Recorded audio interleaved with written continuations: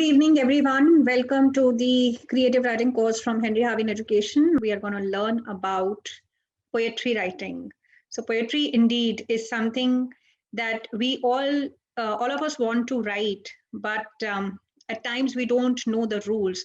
We feel that the poetry is easy to write, but then there are certain rules to write poetry. However, let me tell you, it is the easiest form of creative writing. Why? Because it doesn't have to look real. Most of the times when you're writing a story, or like you have learned in the best-selling novels, that your characters are the real people in the fictional space. Like I showed you that how do you build characters, how do you build a setting, how do you build a plot that looks real, that people are able to resonate with. But when it comes to poetry, it can be anything. It doesn't have to look real. So you have a lot of scope to play around with words. You have a lot of scope to play around with the sentences, the language, a lot of things that you can do.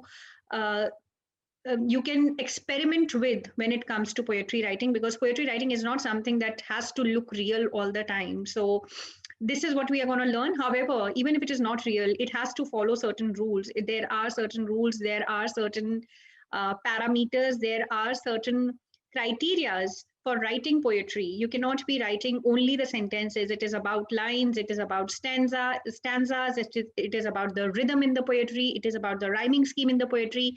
Everything is to be taken care of. And there are other forms of poetry that we are going to learn in this poetry writing. So in poetry writing, we're going to learn that how do you write poetry? Is it just the lines? Is it just the emotions? Is it just the words that matter, or is there something else that has to be taken care of when we are writing poetry? So I guess we are ready to move forward.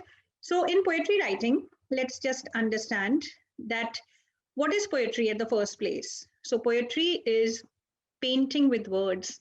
So this is the most creative and the artistic form of writing. Everybody, not everybody can be a creative writer. Those who are creative writers, they can write stories. They are good to write stories. They're good to write the best-selling novel, but not every author is a poet.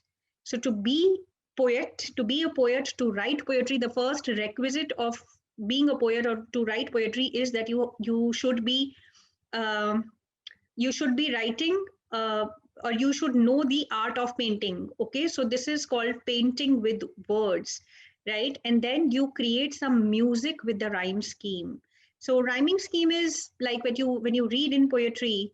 Let's just understand the rhyming scheme. I'll show you before we move on. Let me just show you one of the poetry that also has a rhyming scheme. So let's just understand this one. So this is called a rhyming scheme.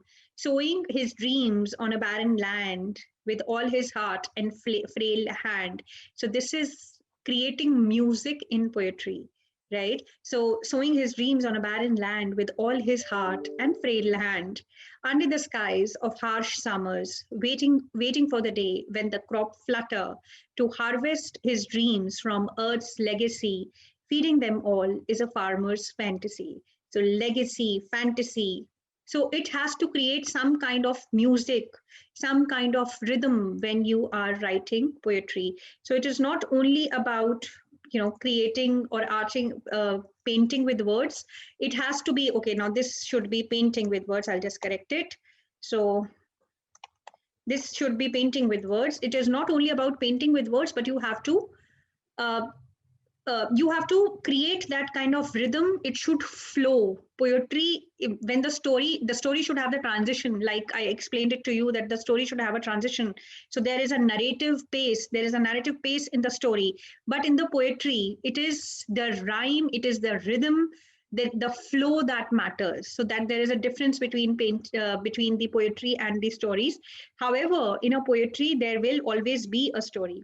So complexity. Poems are usually complex. Why it is complex? Because a lot of things you are just saying in a few words. You are restricted into a certain number of words. You are restricted into certain number of syllables. You are restricted into certain number of rhymes, rhythms. But you have to describe it with simplicity. Like I showed you in this poem, poem that let's say I'll show you one more, that is end rhyme. Okay, so like in this poetry I showed you, sowing his dreams on a barren land.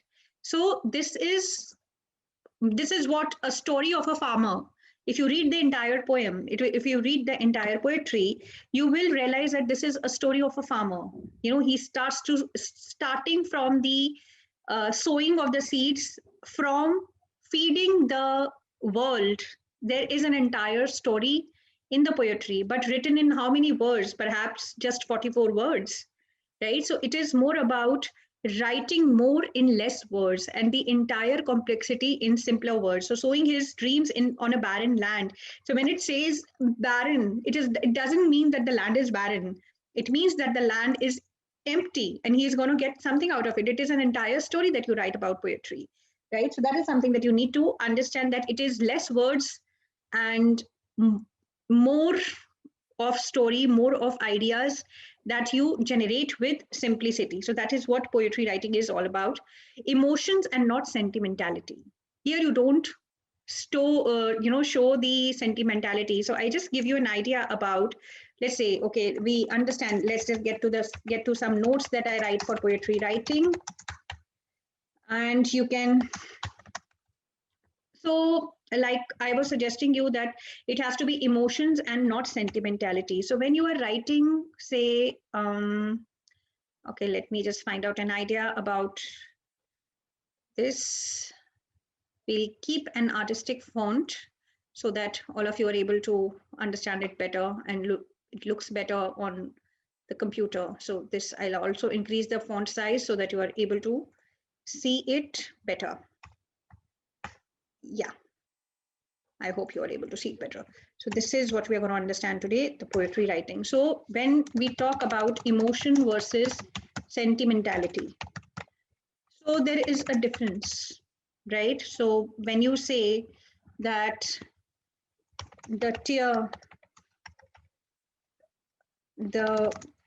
okay, let me just create 2 lines for you. The pain and the agony went sheer, or was in sheer. The new bride was in, new bride wore the tears, right? So the pain and agony, okay, this will not be was, this is grammatically wrong. You will write that pain and agony. Now this is telling you a story of a new bride who maybe doesn't want to get married, or maybe who's not getting married to the man of her choice. But this is what we are understanding here about is that just 2 lines, they are sharing the agony, the pain of a new bride. The pain and agony were in sheer, that means her veil. So she was in a veil, so the pain and agony were in sheer. The new bride wore the tears. So this is what? This is emotion, because you are not telling. Now instead, if you write, there is a difference between, now this is, we are sharing emotion, but if you write it this way, the new bride was in tears, couldn't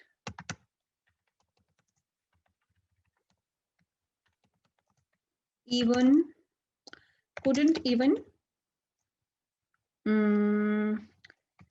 share with peers.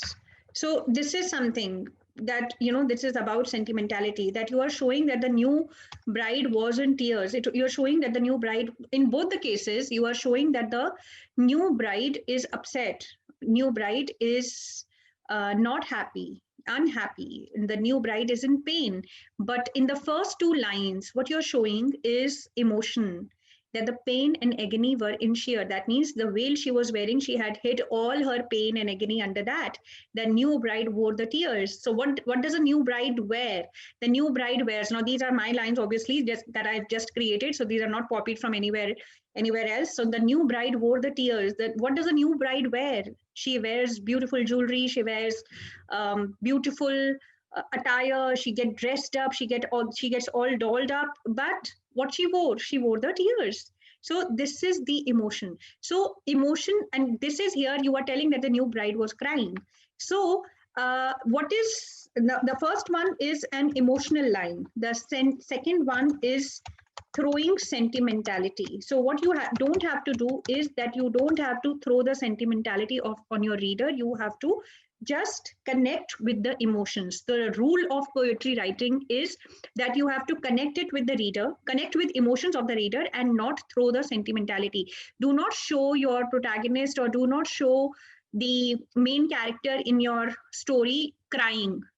Hold the tears in his eyes and let the reader cry. This is what we call emotion versus sentimentality. So I hope it is clear. I've been able to help. So that is something. And then a story. So poetry is a story in meter. So everything that you write in poetry holds a story, right? Everything, it holds a story. Every time it holds a story, always. Fine. So this is something that you need to understand when you are writing poetry. So these are the 5 basics that what poetry is all about. It is about painting with words. It is the music with rhyme and the complexity, the complex things. Now in 2 lines, you have described everything, the pain and the agony of the new bride you have described in just 2 lines. So you have to describe the complexity or complex situations or complex emotions into simple words, yet you have to throw the emotion or connect with the emotion of the reader and not throw the sentimentality. So a poetry writing is a story in meter, right? Now coming on to the next thing, why do you write poetry? Why? So you never write, first thing is you never write poetry without a purpose. Unless you have a purpose, please don't write it.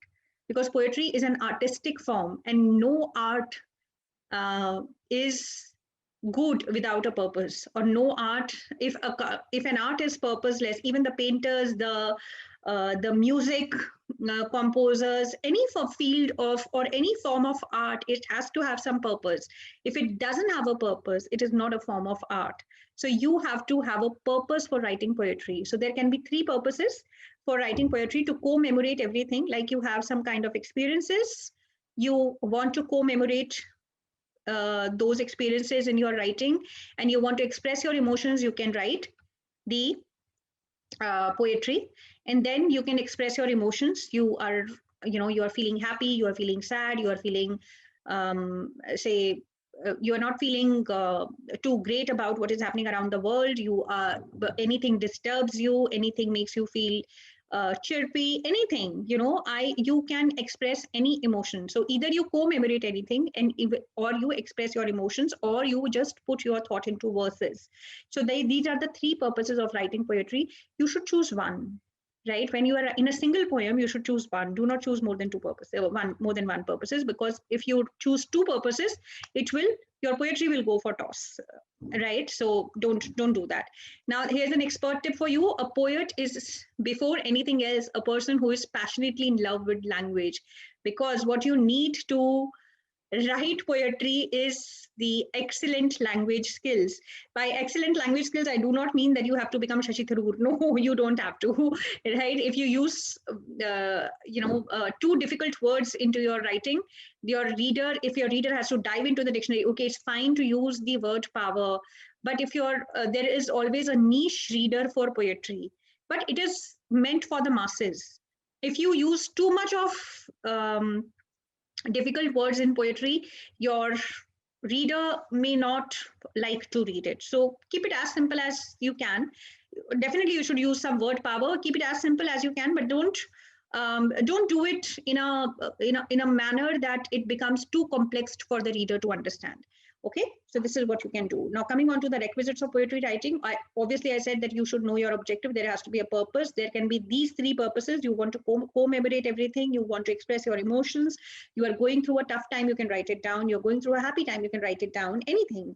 You don't like something, you can write it down. You love something, you are in love, you are falling in love, you want to fall in love, you were in love and you were broken. Anything, that you want to add, you can write, express your emotions here and put your thoughts into verses, right? All of that.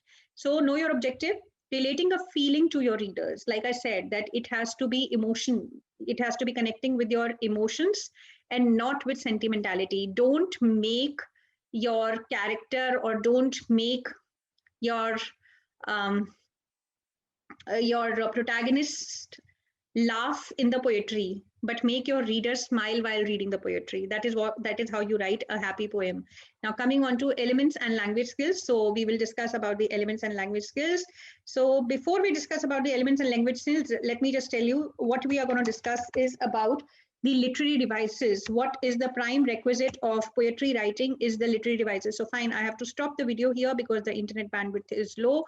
So you will only be able to see the screen now.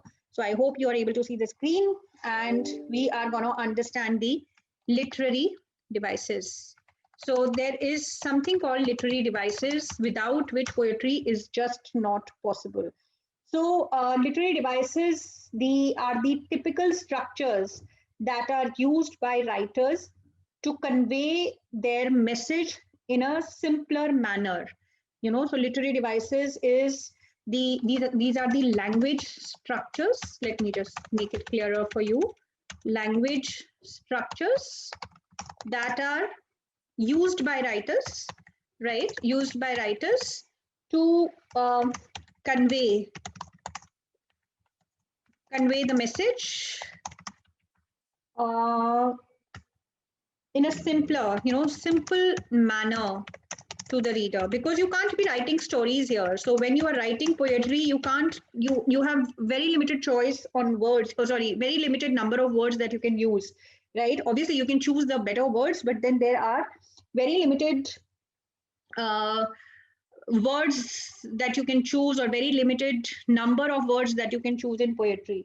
So there are two types of literary devices. Let me just tell you what are the two types of. I'll just keep making notes for you so that you can also take the notes as we go along, right? So the next thing is there are two types of literary devices. So we will understand these literary devices, two types of literary devices that we understand in English.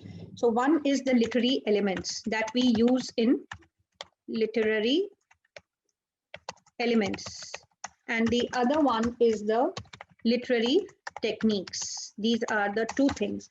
So the literary elements are, they are existence. So okay, fine, let me just make it simpler for you. Okay, instead of going through the technicalities, I'll make it simpler for you. So literary elements are the ones that you use in the story, right? So they are mostly used in the story writing.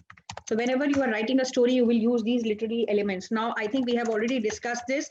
These literary elements are plot, setting, that we have already understood. If you have not seen the previous videos, you can go back to the previous video for creative writing, where I have taught you about how to write a story. So you will understand all of these there. So this is setting, characters, or what you call the protagonist, right? Protagonist, and then you have these antagonist, narrator. All of these are literary elements that help you narrate, narrative voice. All these are literary elements that will help you build a story. But there are a few literary techniques, mostly, a few of these are mostly the literary elements that you use in story writing most of the time, right? The next thing that you do in can you get me a water bottle, please? Yeah. So the most of the time, the literary techniques are on the contrary, they are the structure, usually words or phrases.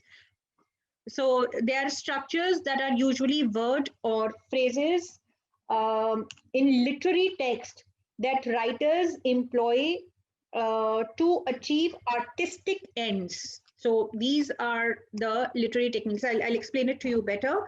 Just allow me a minute. So literary techniques are, they are basically the word structures, right? Let me just explain it to you. They are the word structures that are usually, or maybe usually some words, maybe the phrases, what you call,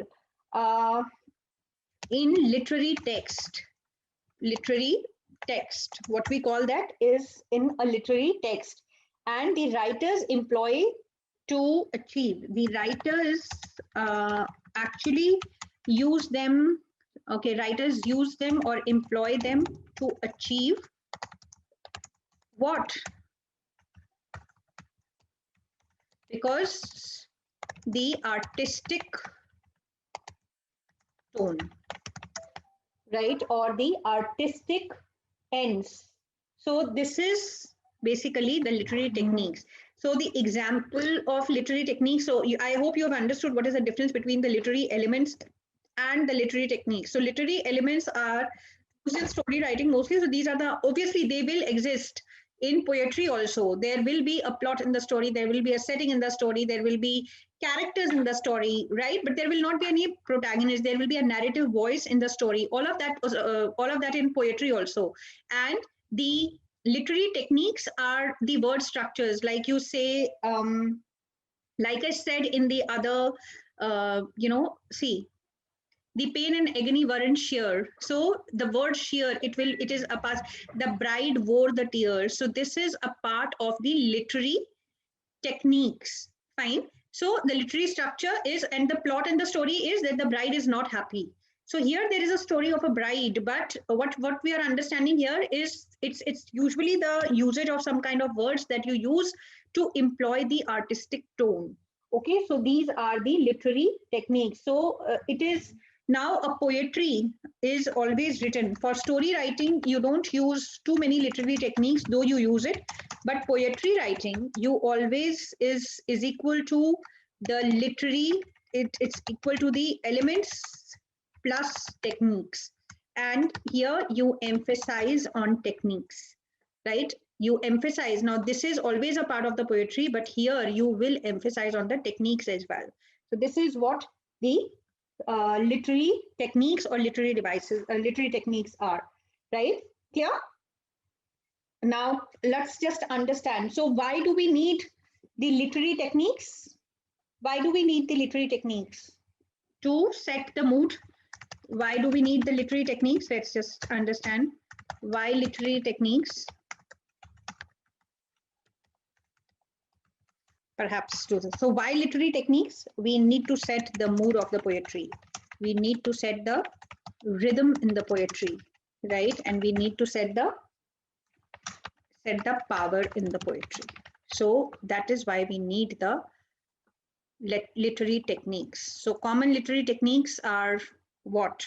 So let's just discuss the common literary techniques. So the common literary techniques are, the first literary technique is imagery. You create image with in the reader's mind. While reading poetry, it is a use of imagery is basically the use of the figurative language. So we have understood what is a figurative language in story writing, but I will explain it again here. So imagery is the use of the figurative language with, and what you do with this, you create visuals in the reader's mind. Like I make you read one poetry which is a sonnet, which is anyway, okay, I'll just go to internet and make you read one poetry. Just a sec, let us see. Okay, so this is a poetry which is, let me just show you. This is a poetry. Okay, fine. If you want to read wonderful poetries, you can go to spillwords.com, one of the best portals for poetries that I have found. So this is a dinner date. Now let's just understand. I hope all of you are able to see the screen. So he went on a dinner date with his lady love, the woman who'd loved the most, but never voiced his amour. Dressed in a tuxedo, he clutched her fingers in his palm. She trudged in a weary dress, donning a smile, wearing the calm. Champagne sabered, candles lit, lavish cuisine was served. In his crisp presence, it all spilled, messing her dress, floor, and the table so curved. He held her clean, fed her like a tot. While they watched her in disgust, he ensured to blow the soup so hot. He smiled as his hand slid in his pocket to reach the deepest corner that held a secret and a docket. He kneeled with a ring in his hand and offered a rose. So here in poetry writing, you can start a sentence with and, and offered a rose in the other. The son read a thank you note, returning the mortgaged ring of his mother. So this is the story. This is the story which is written in a poetry form, that a boy or that a man takes his mother to a fancy restaurant, and he gives his ring back to her for which he had mortgaged for her education or something like that, right? So this is what we understand with this is what we call the figurative language. So while reading this poetry, what you realize, so when we are reading this poetry, what you realize, we are able to imagine a woman coming into the restaurant. When I say that dressed in a tuxedo, you can imagine or give a face to a man. So the woman he had loved most, but never, okay, fine. So he clutched her fingers in his palm, right? So you can imagine all of that. So this is what you call sensory imagery. So imagery is important when it comes to poetry, because you are able to create imagery in the reader's mind. So while reading the poetry, reader should be able to imagine a story in his or her mind. It is imperative that you do that. Okay, so this is what you do in poetry writing. Now coming back to imagery is the use of figurative language to create visuals in the reader's mind. Okay, that is called imagery. Now coming on to, like, I'll just show you. The room was dark and gloomy, right? So when you say the room was dark and gloomy, so this is creating, look, the words dark and gloomy, these are creating a visual in the reader's mind that the room looks sad. So this is this is implying sadness into a room. So the river was roaring in the mountains. When you say the river was roaring in the mountains, let's just understand this. In the mountains, what does it mean? Was the river calm? No, not at all. River was not calm. Roaring in the mountains mean the river was not calm. It was flowing at a high tide. Okay, so this is something that you need to. So when you use word like roaring, the reader can immediately imagine in his mind that the river is not calm, right? And when you say the river was flowing in the mountains, so this is what you call the abstract words and the concrete words. So river flowing is an abstract word, right? So what you don't do in poetry writing, never use abstract words, always use concrete word. So when you say roaring, so here this is better, this is easier in poetry writing because it doesn't have to look real. So you can write the word like you can write or use a word like roaring, because this is something that you will always use in poetry writing. In maybe in story writing you may not want to use such words, but then that's easier in poetry writing because you have less words and you have to show a lot. So that is why it is required that you choose the concrete word. So roaring is a concrete word, while if you had written flowing, it would be the abstract word. Fine. So the river was roaring in the mountains is the concrete. So this is what you do. This is called imagery, right? And then there is something called figurative language that we will discuss later. But definitely, now coming on to the next part, which is, I think we have already done the figurative speech, which is called simile, right? Simile. The figurative language. One is imagery, and how do you create this imagery is you do it with figurative language. So figurative language is something that you, like I said, that the river was roaring in the mountains. That means it was on a high tide. So this is called figurative language that is used to create the sensory imagery in the reader's mind. Okay, so this is called the figurative language. For figurative language, we will understand one by one. So there is something called metaphor, there is something called simile, then there is something called personification, and then we had alliteration that you understand in, that we will discuss all of these, and irony. There is something called irony that you can add in poetry. So what is the function of these literary devices? So we will understand the function of these literary devices. These literary devices are a collection of universal artistic structures that are maybe so typical of the work of literature, that mostly in the work of literature you will see these literary devices being used, right? So but what you have to do is don't write cliche. I will come to this point at the end, in the end, but there is something that, since these figurative language or literary devices, they will be used so extensively in the literature. Like I said, that for writing you need to read a lot, because reading is like breathing in and writing is like breathing out. But how do you avoid something that has been used extensively?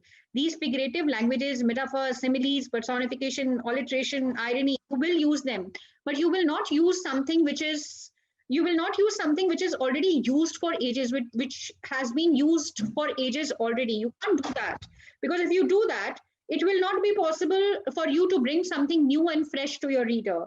So you don't have to write the cliche, avoid the cliche. So it's don't write cliche and write something fresh, or what you call is, you don't write cliche and experiment with the figurative language. That is what you need to do. So we will come to that later, but what you need to understand first is metaphor, simile, personification, alliteration, and irony that we will talk. So what is a simile and a metaphor? Metaphor is a direct comparison with a human, or maybe any other thing. Like you say, like I said, the river roared in the mountains. Let's just take the same example, right? River roared in the mountains. So who can roar? A tiger or a lion can roar.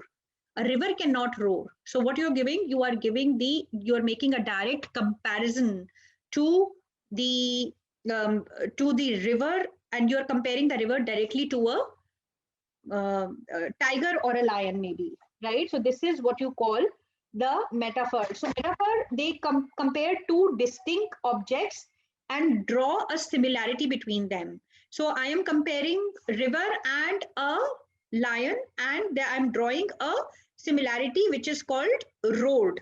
Okay, fine. So this is what an example of metaphor. So metaphor is something like this. So and simile is the same thing, but with the use of, this is, like I told you, the direct comparison. Like I'll write it for you so that you know it. Direct comparison of two distinct objects and draw a similarity. This is what you do here. So simile is the same. So this is the example for metaphor. Now simile is the same, but what you do in simile is that you use the words. It's like metaphor, but then here you use the words like and as. So when you write something like this, you will write the river roared like a lion in the silent jungle. That means the river had this, the sound of the flow of the river, or the sound of the splash of the river, was so high that the entire jungle could hear it. So when you use this word like, that means you are using a simile. It is again a direct comparison. Simile is again a direct comparison of two distinct objects, but and drawing a similarity. But in simile we use the word like and as. Like I give you another example. The river was as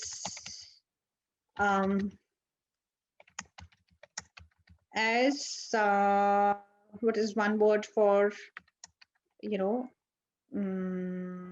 okay, chirpy as the new bird, right? So it will also give you the same comparison. So this is what you call simile, right? Now coming on to personification. What is personification? So personification is giving an idea or an animal human qualities. So it would be, say, giving human qualities to inanimate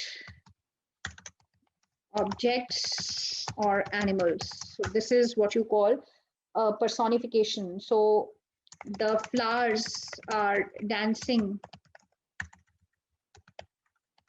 to the tunes of the breeze. What does that mean?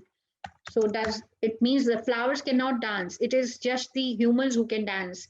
But you are giving that quality of dancing to flowers. This means personification. You are personifying them as a human, right? Uh, have you seen my new car? She is a beauty, right? This is also called personification. I think I've explained it to you earlier. So now these are the, now alliteration is the repetition of same consonant sound coming together. So this is basically, the alliteration is the repetition. I hope you know the difference between the consonant and the vowels.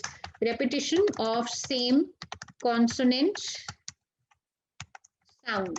So how do you write alliteration is, okay, we must have heard these examples of see, you know, she sells sea shells on the seashore. So this is an example, repetition of the same consonant sound.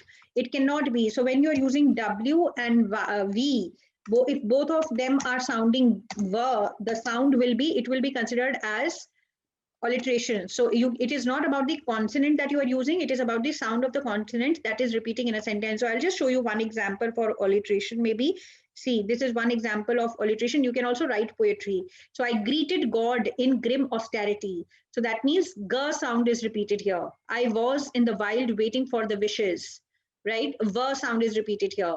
To be granted, to bewitched, to become. That means B sound is repeated here. To possess the power and persona. So this is per sound repeated here. Of God, I grinned and wished to be God, right? And this is the, again the G sound repeated. The distant desire became a dire need. The D sound is repeated here. With power came venom, war. See, like I showed you, the power came venom, war, and exile. So venom is and ver sound. However, this word is starting with, venom is starting with V and war is starting with W, but both of them are sounding ver, so it will be considered as alliteration. I never knew God to had nasty time. So this is called you. This is what you call alliteration. So this is written in 8 lines, maybe. Yeah, 8 lines. I greeted God in grim austerity. I was in the wild waiting for wishes to be granted, to be bewitched, to become, to possess the power and persona of God. I grinned and I wished to be God. The distant desire became a dire need. With power came venom, war, and exile. I never knew God to had nasty time. So all of this is again a piece of poetry that is written in form of alliteration. So alliteration can be used in any form of poetry. This is just one stanza that I had written. Okay, so this is called alliteration. Now coming on to the next thing, which is what you call the irony. So what is irony? Anybody can tell me? Obviously, we are not in a class, so nobody can tell me here. But then since I am into all of this, the classroom, interactive classrooms, so it becomes a little difficult for me to understand that I am doing a self-paced course and people cannot interact here. So definitely. So irony, it is the use of words in such a way that the intended meaning is completely opposite to their literal meaning. So, you know, you most of the time you use it for sarcasm. So, okay, fine. I don't have a definition for this, but then let me just give you an example. The bread is as soft as a stone.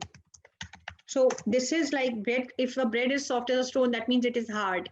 So this is contradictory words. When you use contradictory words to throw the sarcasm. Okay, now there is a definition here again. So when you use contradictory words to throw sarcasm, it is called irony.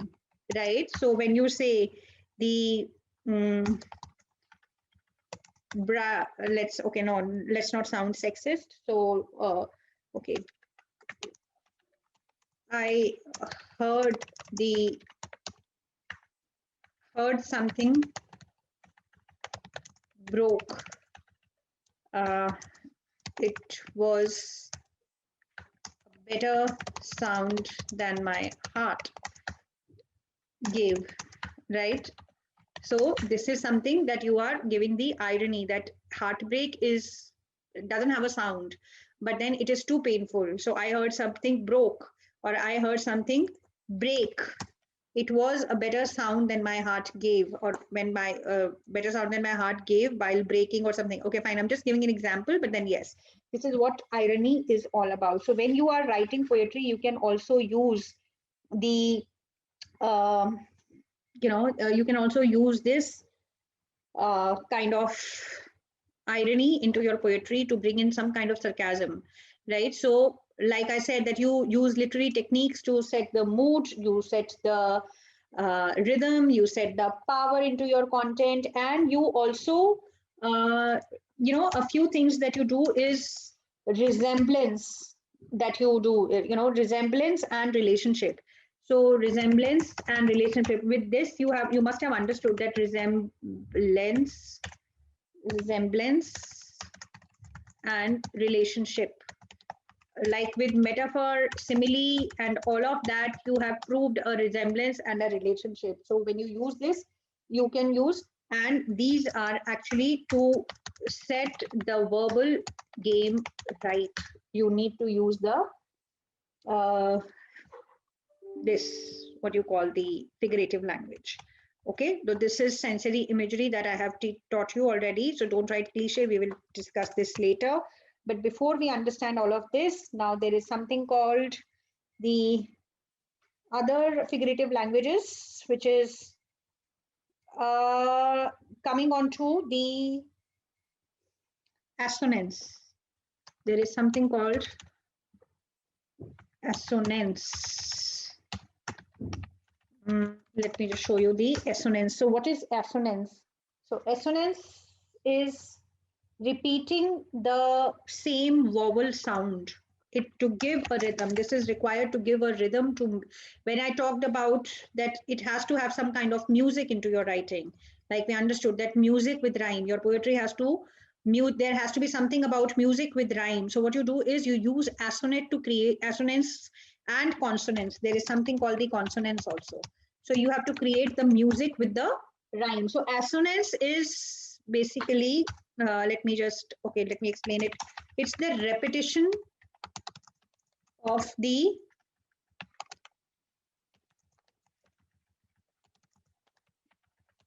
vowel sound, right? In any poetry. Let me just give you an example. The light on the site did not let him see the sight. So what is the vowel sound which is repeating here? I. The light on the site did not let him see the sight. So this is repeated. Now this is called assonance. This is not called alliteration. Alliteration is the sound of the word, right?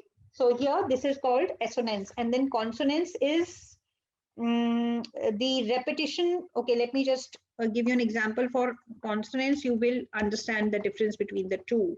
So let's see the example. He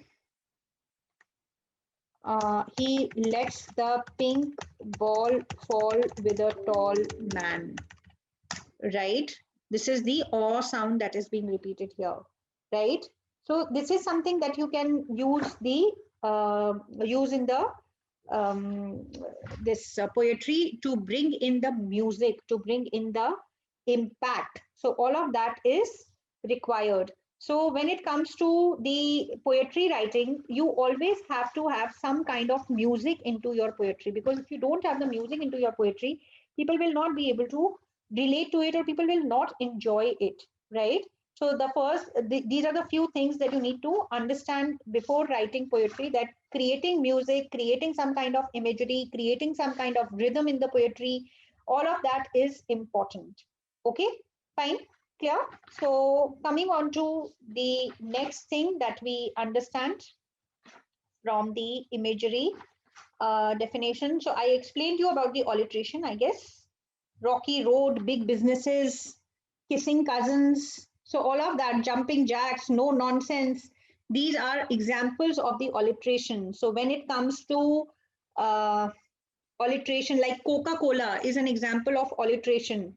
So a few brands, they also use alliteration to help people remember their names, like House Hunters, Hip Hop, Dunkin' Donuts. So these are the brands that have actually used alliteration to help people remember it for a long time, right?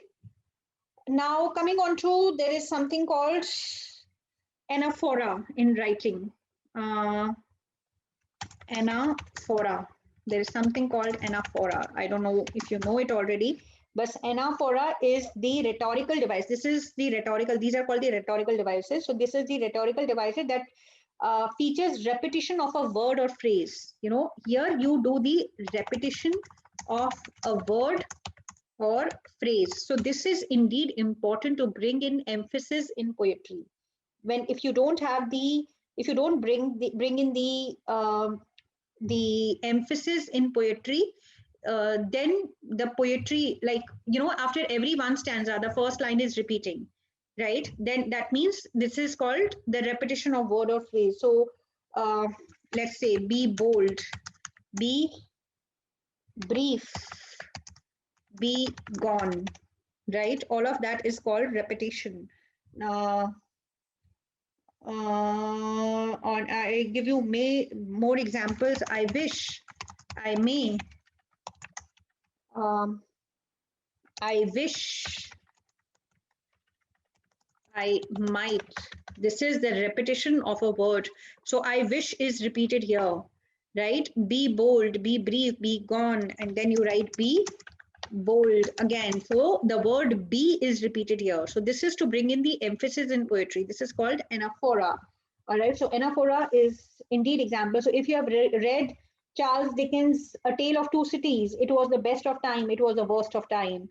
It was the age of wisdom, it was the age of foolishness. If you remember the first, that was the opening lines of Charles Dickens' The Tale of Two Cities, A Tale of Two Cities, and it is one of the best books that I have ever read. So he has used this anaphora technique in writing story, but then yes, in poetry writing, it is indeed important that you can use the technique of anaphora. So I told you about the example of assonance. Assonance is the repetition of the same vowel sound, like I showed you the light on the side. So I sound is repeatedly. So when you say son of a gun, so a sound is repeated here. So chips with the dip. So E sound is repeated here. So when you are using assonance, it also brings in a rhythm into your poetry. So I'll just give you a few examples of poetry which are used or written in assonance. So let me just give you a few examples of those lazy, hazy, crazy days of summer. This is by Hans Caste, right? I recall Central Park in fall. This is by Wayne Newton. Rock around the call, right? Rock around the clock. So this is Back in Black. So all of these are Light My Fire. These are you can just find out, you know, poetry. Go here. It's easy for you to do. You can go here and write poetry written in assonance, and you will be able to find it. It's easy, right? So this will also, you will get poetry written in assonance. Examples, you know, examples of poetry written in assonance, and you can go here and find a few examples. It's easy. See, here are a few short assonance examples. Here, The Mellow Wedding Bells by Eddie. Try to Light the Fire. See, I told you, Try to Light the Fire. This is one poetry that is actually a very good example of the assonance. Okay, so all of that is here. So this is called assonance. Now coming on to, okay, I give you a tool to learn these literary devices. So literary devices can be learned on yourdictionary.com. So the tool is yourdictionary.com. Let me just tell you, yourdictionary.com. That is the tool. Now coming on to consonants. What is consonance? Consonance is the repetition of the sound of the consonant. So when you're repeating a sound of the consonant, it becomes the consonants. Okay. So here you do not repeat the sound of the vowel, you repeat the sound of the consonant. Okay, fine. Here, so like fuddy duddy. So it's so common examples are pitter patter. So pa is a consonant, it is not a vowel, right? So this is called the consonants, like tea and toast. Lily livered, or a little later. These are the examples of consonants. So these, most of the tongue twisters are the example, like I told you that see this she sells seashells on the seashore is an example for consonants. Okay, because you are repeating the sound, this thing. Now coming on to the next figurative speech, which is called hyperbole. So hyperbole is, over exaggeration of something. Let me just show you an example of over exaggeration that you can exaggeration of something. Okay, I have missed the spelling of exaggeration maybe, so I'll just correct it. Exaggeration. Yes, so over exaggeration of something. So over exaggeration is when you use a sentence or a phrase which is not realistic, like and she snowed louder than a freight train. This means what? Nobody can snore louder than a freight train. So this is something, the exaggeration. The bag looked like it costed $1 million. No bag could cost $1 million. So this is over exaggeration. The race is going to be the death of me, right? The race is going to be the death of me, or death of mine, right? So I mean, I'm racing towards the death. This is something like that. Fine. So you can say, I love you to the moon and back. Many people say this, I love you to the moon and back.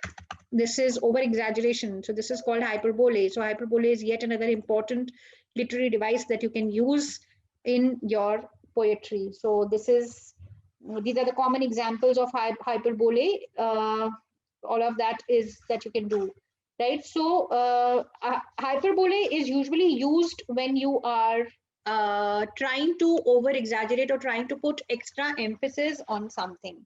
Like I said, the river roared. So this is something that, the river can never roar. So obviously, so this is the form of hyperbole. But then yes, hyperbole is a part of metaphorical description or a figurative language. Okay. Now coming on to the litotes. So litotes, what anybody knows, nobody knows, I'm sure, but then I'm going to teach you that. So the litotes. So what are litotes? So litotes is featuring a phrase. Let me just featuring a phrase that utilizes or that has negative words or terms to express or assert the positive, let's say, positive assertion in a sentence or in figurative speech.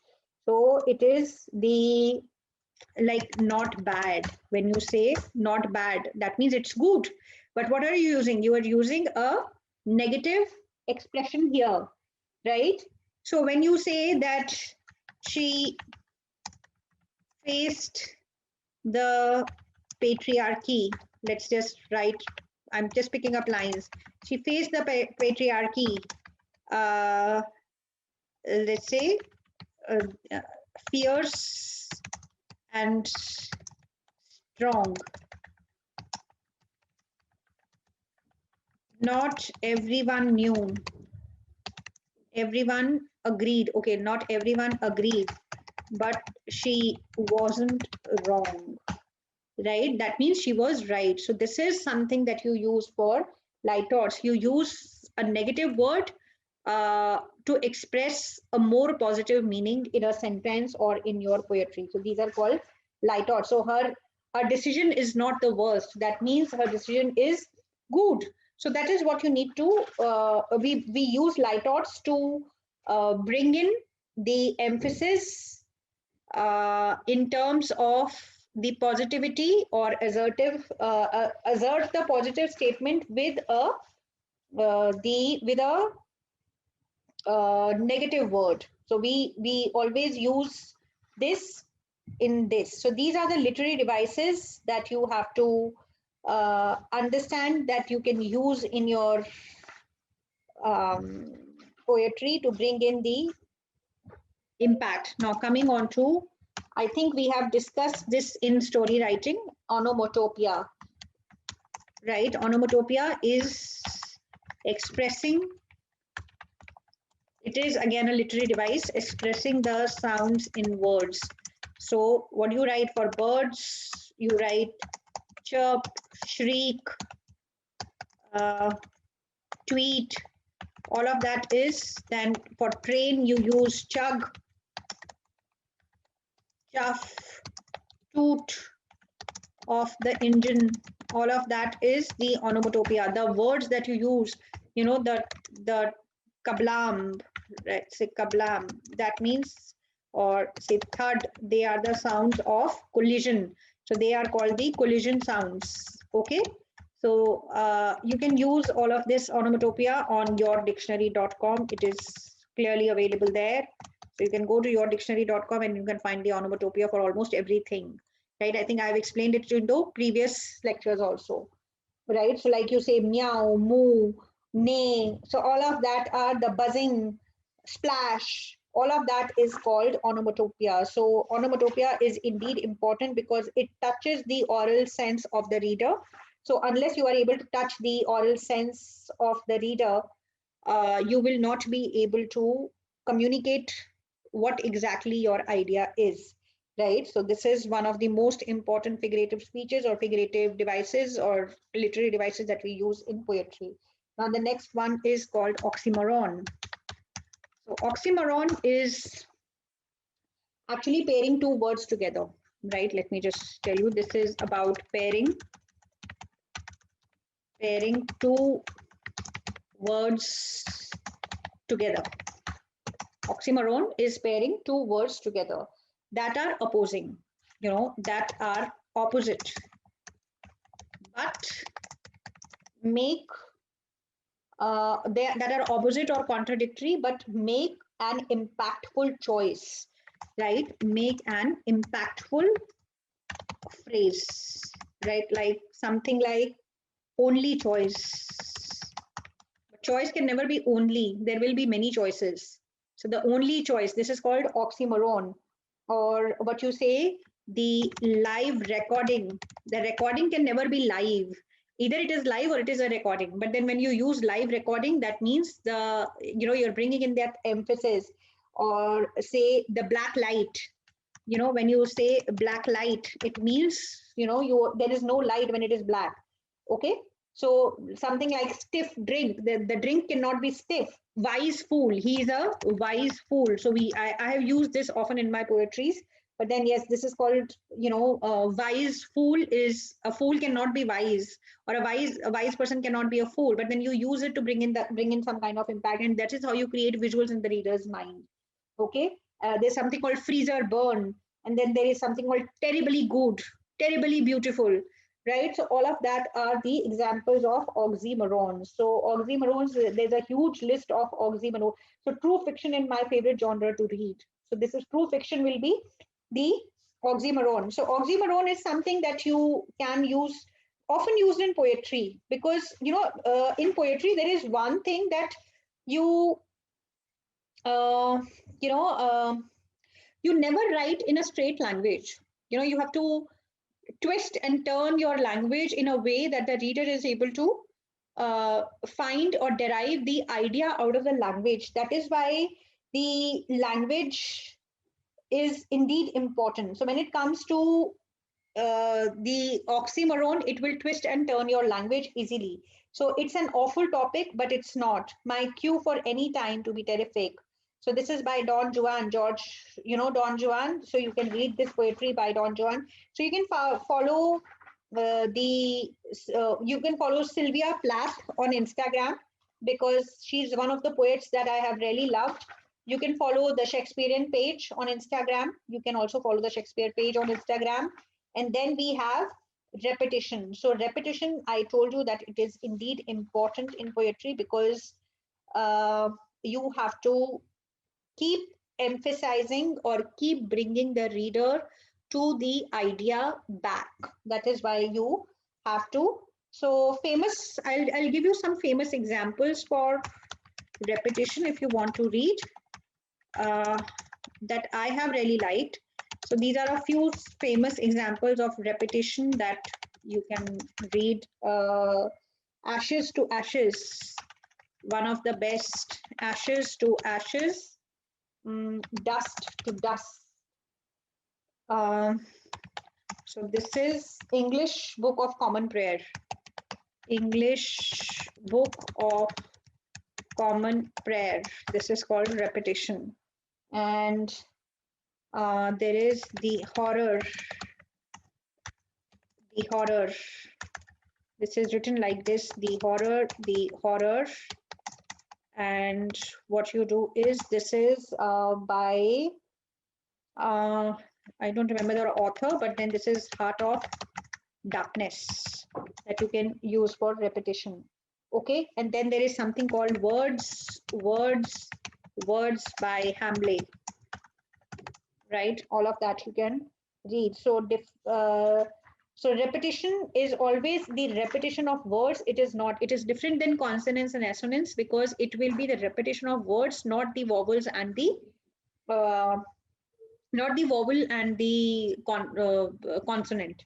Okay, so as a literary device, when you use repetition, it means that you are reinforcing a concept, you are reinforcing a thought, you are reinforcing an idea, and you want your reader to pay attention to that particular idea for repeating this. And this will intensify the subject, or this will intensify the topic and bring in a rhythm to your poetry.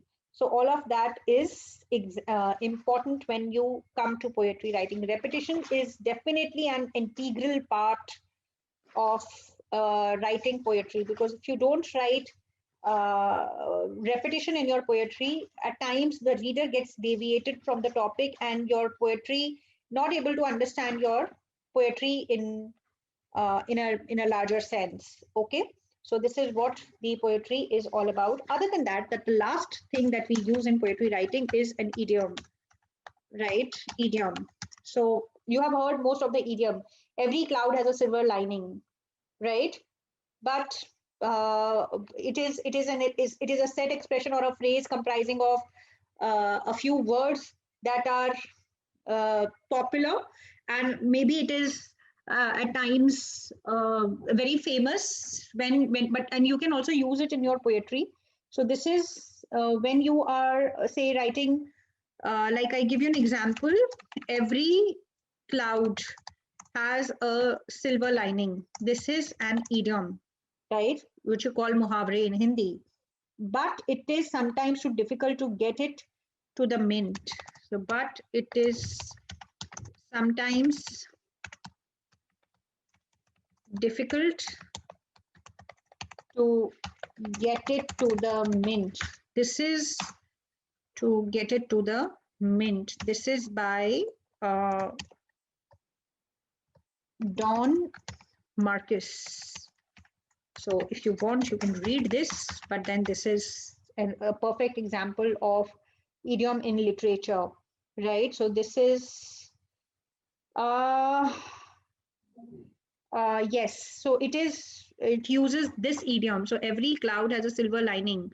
So this is a part of the idiom, but he has written, but it is sometimes difficult to get it to the mint. So this is by Don Marquis. You can just find it out on Google and you will be able to read it. Let me just give it to you on Google if you want. Okay, I will not be able to share the link, but definitely I can help you find out something. See, this is by the one of the quotes by Don Marquis. So you can use them and in your poetry if you want to, and it will really work well with your readers.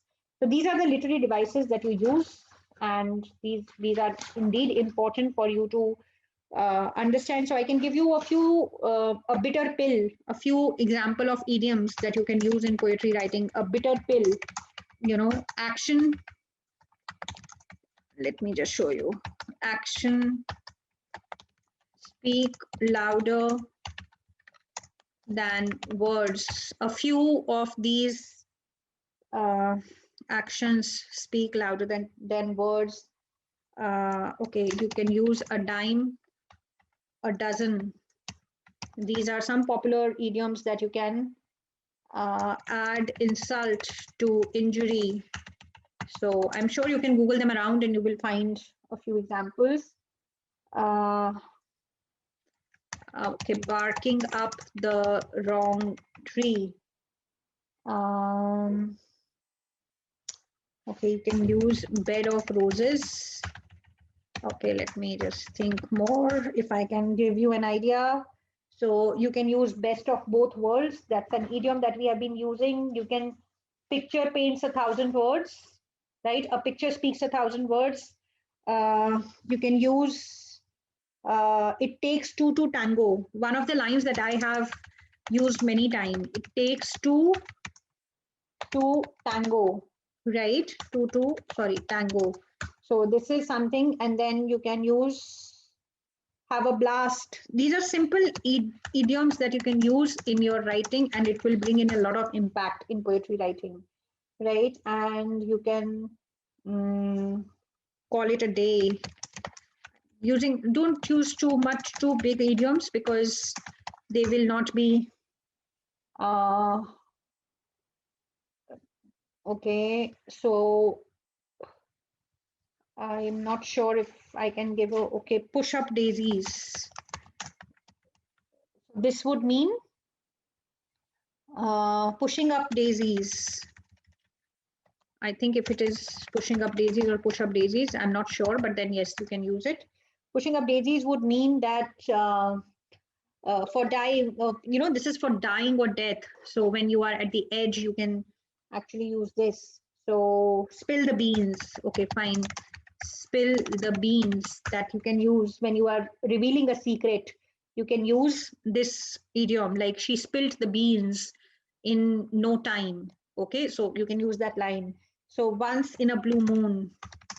Once in a blue moon. These are a few idioms that I have seen people using in their poetry, and this really helps well. Yeah. So this is what the literary devices or the figurative speech is all about. But when you are writing poetry, all of these figurative devices, the literary devices, are indeed important for you to write. Okay. So we have understood what is poetry writing. You know your objective. We have understood the literary devices. So don't sound whiny. Don't cry.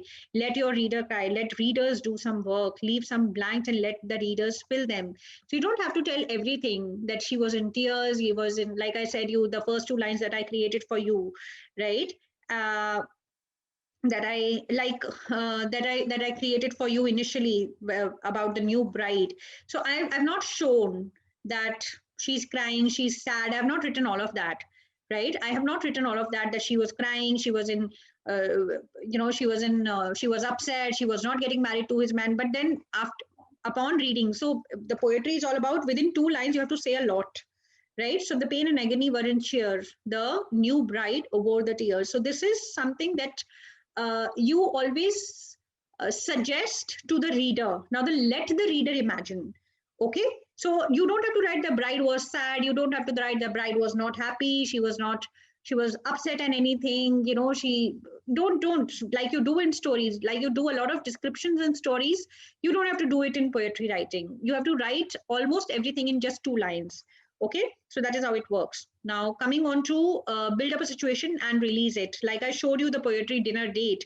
So I built up a situation that a man has invited a woman into a restaurant, and until the end I have not said that who is the woman. So I have built up a situation and then I have released it that the ring is meant for the mother. Okay, fine. So this is what you do is create a cliffhanger. So create a cliffhanger means that you create some kind of suspense into your poetry. This is what you need. This is how you write or relate a feeling with the poet. So there's an expert tip.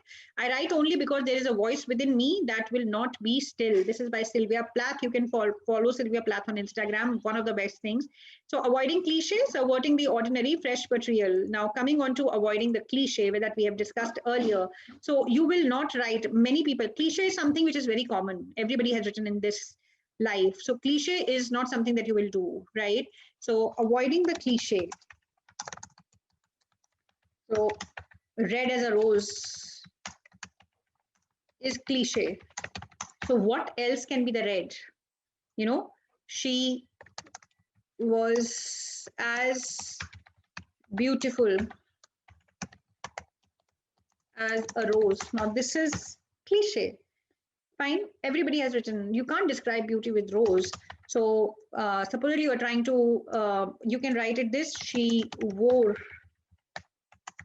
the blush of the new bride, right, while winning the trophy with pride, right? I mean, I'm just giving you an example.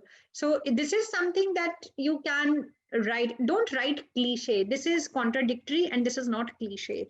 So what, you don't have to write anything that billions of writers have already written. You have to be creative. That is what we mean by creative writing. You have to be creative here. You cannot be you know, writing everything that writers have written for ages. So move on, find something real, find something which is realistic, fresh, but it should look real. You cannot be writing red as blood. No, it has to be real, right? You have to use concrete words. I told you the difference between the concrete and the abstract words in the beginning, and use the right adjectives. So when you are using the adjectives, you know, new is adjective for bride, but you cannot use the adjective which is not suiting your noun. So adjectives are to describe the noun, or let's say the chirpy voice is an adjective. So that means you can use this adjective to describe somebody who is, you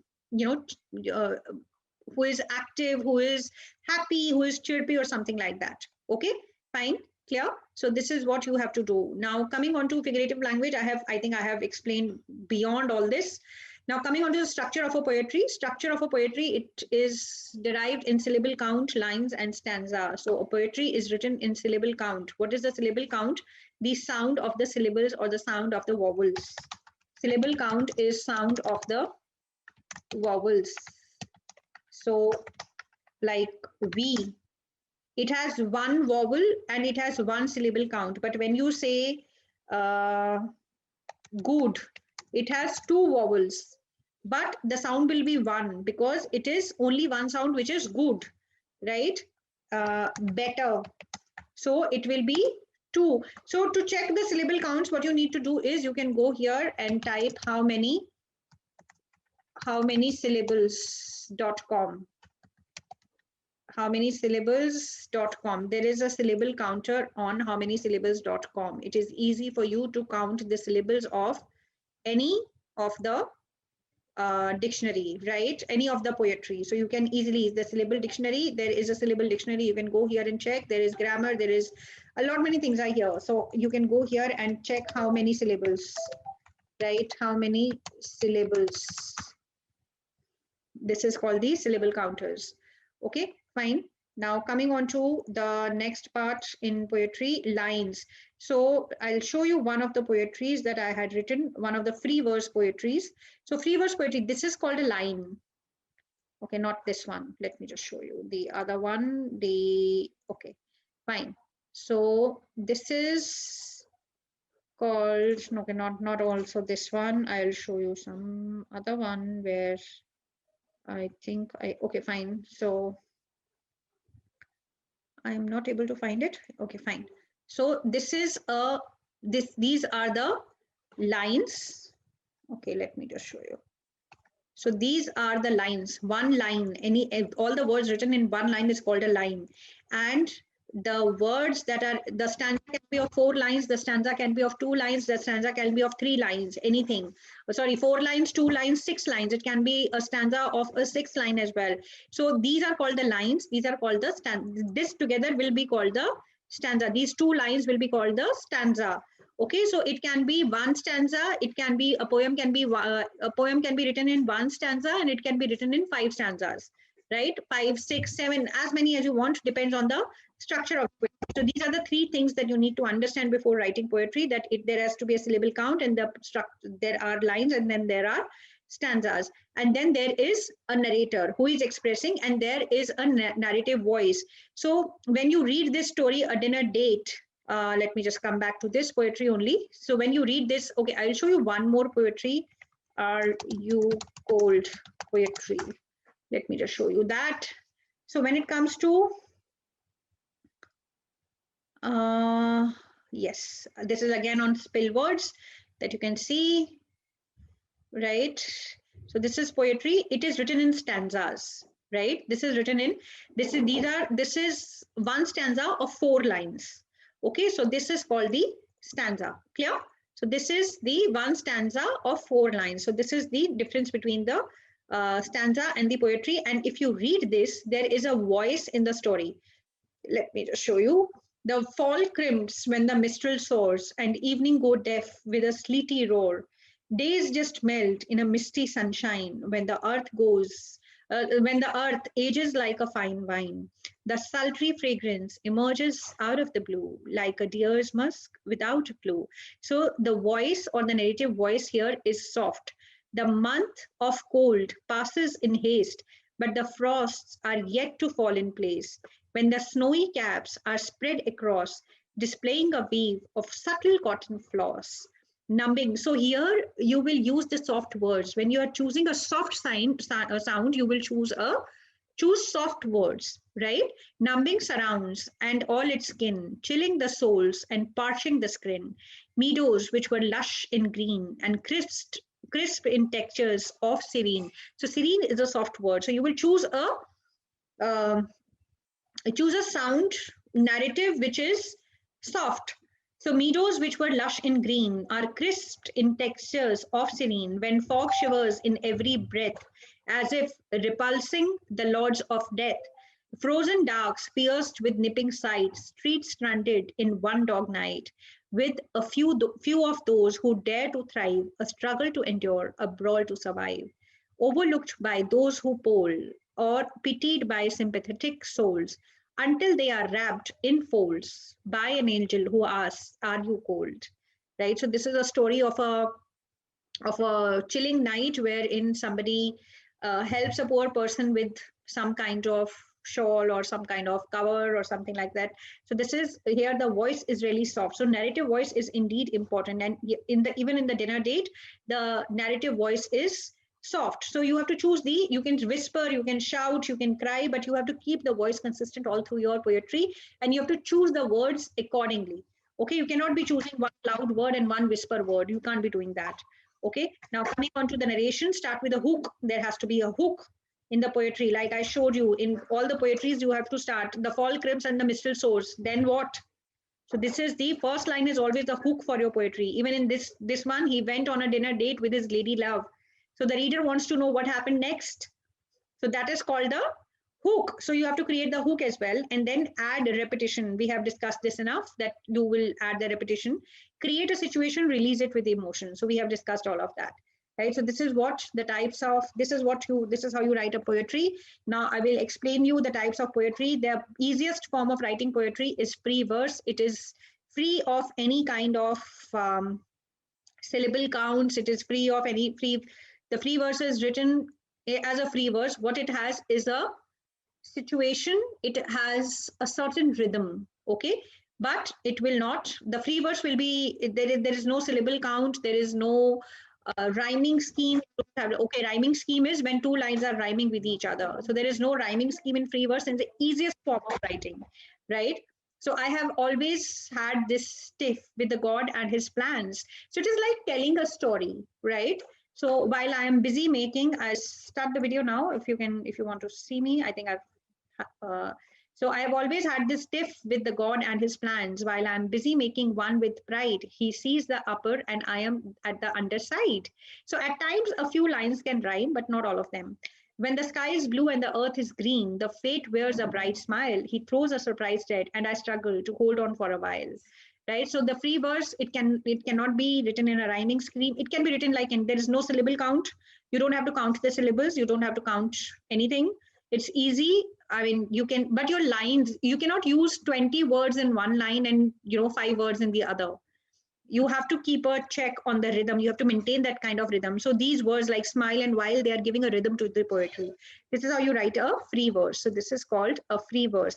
Now coming on to haiku or tanka, let's just understand the octave rich rhyme. This is a tanka. So tanka and haiku, they are the forms of poetry they are the Japanese form of poetry. They are the Japanese form of poetry, and the tanka is written in 31 syllables. So every one stanza is of 31 syllables, and it is written as 57577, right? 31 syllables total. The first line will have 5 syllables, the second line will have 7 syllables, the third will have 5, then 7, and then 7. Right? So silence of the soul from the depth of buried love that was once alive to fill me with happiness. Alas, I chased perfection. None of the lines rhyme, never. So it is a rhyming with, or the pattern of, this is called a tanka. So when you go to how many syllables, you will find that how to write a tanka, how many syllables. Okay, syllable, let's just count the syllable counter. How many syllables? Let's just find out the syllable counter, and I will show you that the syllable counter has okay, fine. Let's just go to the syllable counter and I'll copy and paste my content here. Okay, we were understanding the tanka, I guess. No, this is Limerick. This is octave. Okay, fine. I don't know where did I end poetry. Okay, this is tanka. You just copy it and you type it in and you count the syllables. Right? So 57577. This is how you write a tanka. It is Limerick. See how many syllables, you will also get an idea of what are the different forms of poetry. So Limerick, a humorous childlike rhyme, must be exactly 5-line rhyming scheme, A, B, B, A. So there's no rhyming scheme here in tanka. So tanka should not rhyme ideally. Okay, now coming on to the next form of poetry, there is something called acrostic. Acrostic is is the expansion of a word. So when you say Genesis, right? This poem is written about Genesis. So you will explain the meaning of Genesis, right? But how you will write it this way: GENESIS.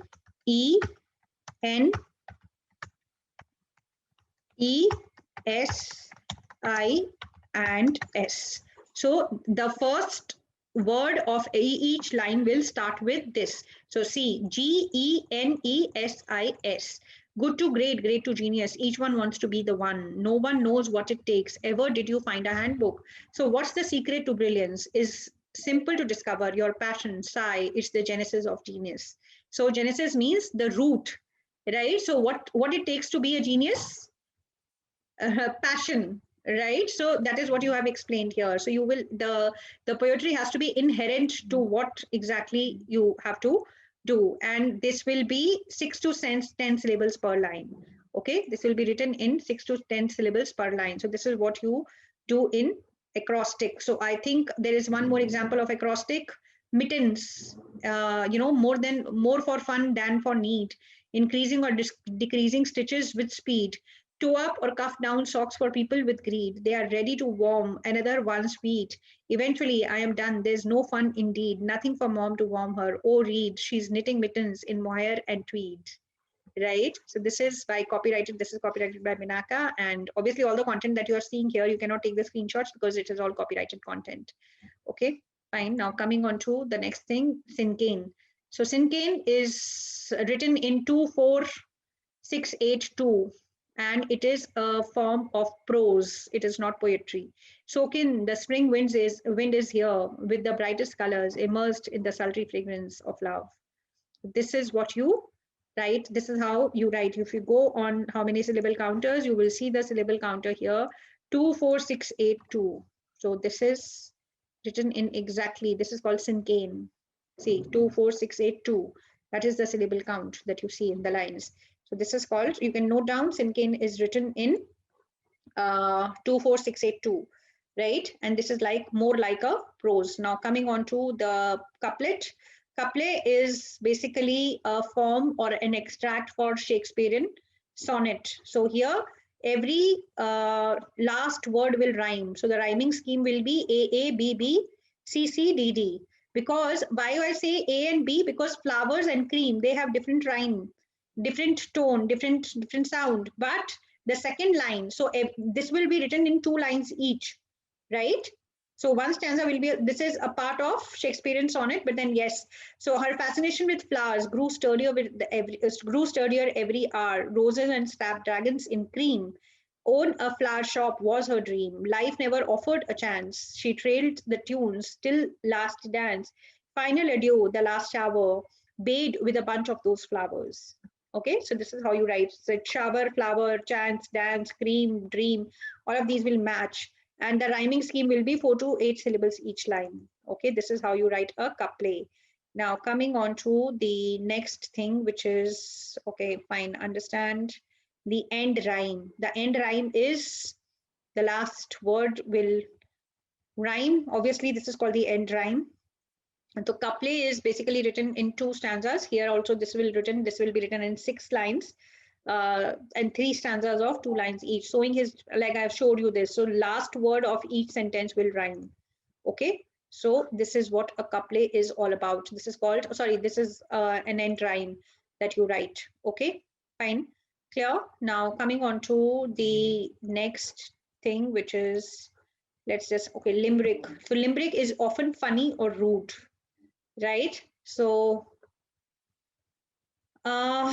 so it is either funny or rude or throw sarcasm or something like that, and it has to be written in 7 to 10 syllables, and the B line will be 5 to 6 syllables. So cute little palms and eyes full of charm, first steps to learning in anxious calm, a pencil held in tiny fingers, some scribbles by the clinger, and a story oh so warm. So it has to be funny, a child who is going for the first time to school, he cannot write a story, but it is indeed a start of a new story. So this is how you can write a limerick, okay, most of the time. So it will have that kind of syllable count. But now coming on to the octet. Now octet is basically you start with 8 7 6 5 4 3 2 1 0. The first line will be 8 syllables. The second, it will not rhyme anywhere. The first line will be 8 syllables. The second will be 7. It will be like I show you the rhyming scheme here. You go here and you see it like this. I'll just copy it, paste it, and you can see, I'll just count the syllables. See. Okay, this is gone here. This is 1 line only. But then yes, I'll just paste it again for you.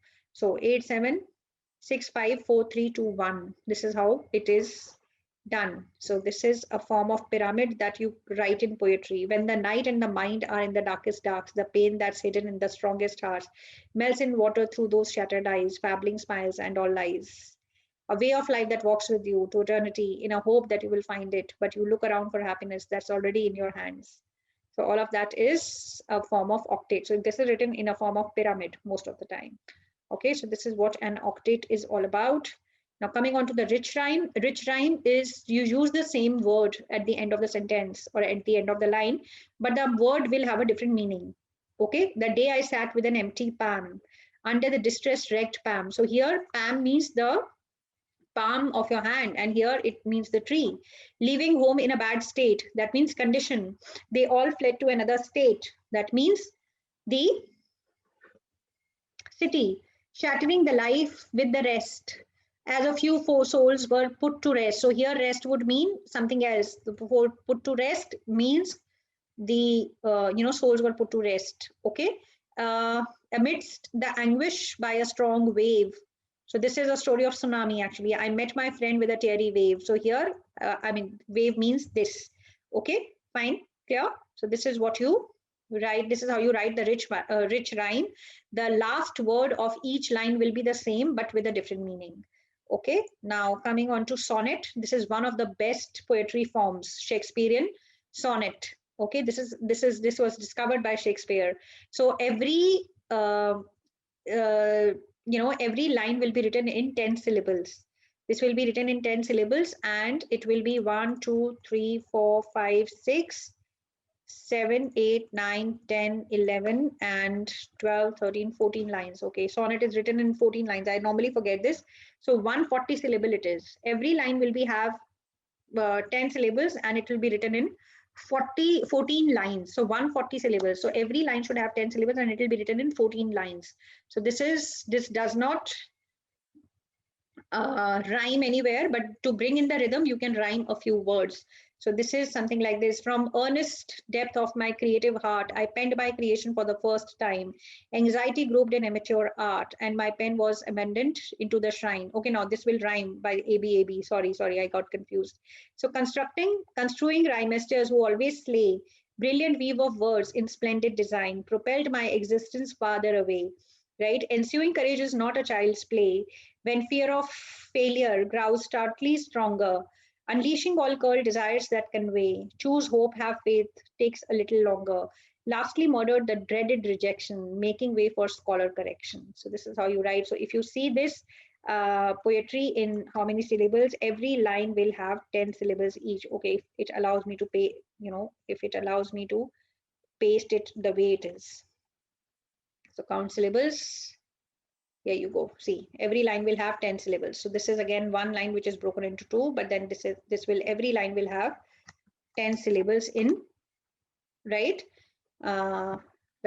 Okay, this is how it is. This is the easiest form of writing because it will also have a rhyming scheme. This is the Shakespearean sonnet is one of the best poetry forms that I like. Right. So this is something that is called another form of poetry. Coming on to tanka, I think I have described the tanka to you. Tanka is written in 5, 7, 5, 7, 7 syllables. So first line 5, second 7, and it is written one stanza. The tanka is written in 31 syllables total. Now, yes. So we are done with poetry writing. So last but not the least, let's just understand these are the forms of poetry. I think haiku is written in 3 lines. So that is a form of prose, not poetry. Okay. So haiku will be written in 20 or 21 syllables. So this is what poetry writing is all about. And I'm sure you have understood all of this. We will wrap up the session with this. This is the forms of poetry that I have. I'll take a quick recap on what poetry writing is. You should understand what is poetry. This is painting with words, so it has to be artistic form of writing. You should have a purpose for writing a poetry. You should know the requisites of poetry writing, elements and language skills. So we have discussed the language skills at length, right? And then you should write poetry for your own reasons. You should avoid the cliche, use the word power, use the figurative language that we have discussed. The structure of the poetry is in syllable count, lines and stanza. You can read more about it on howmanysyllables.com. And you should have a narrator and the narrative voice in poetry because that is imperative to have. These are the types of the poetry. I think I have explained even more than this. Okay, so here we are nearing the end of the module. So thank you for being here.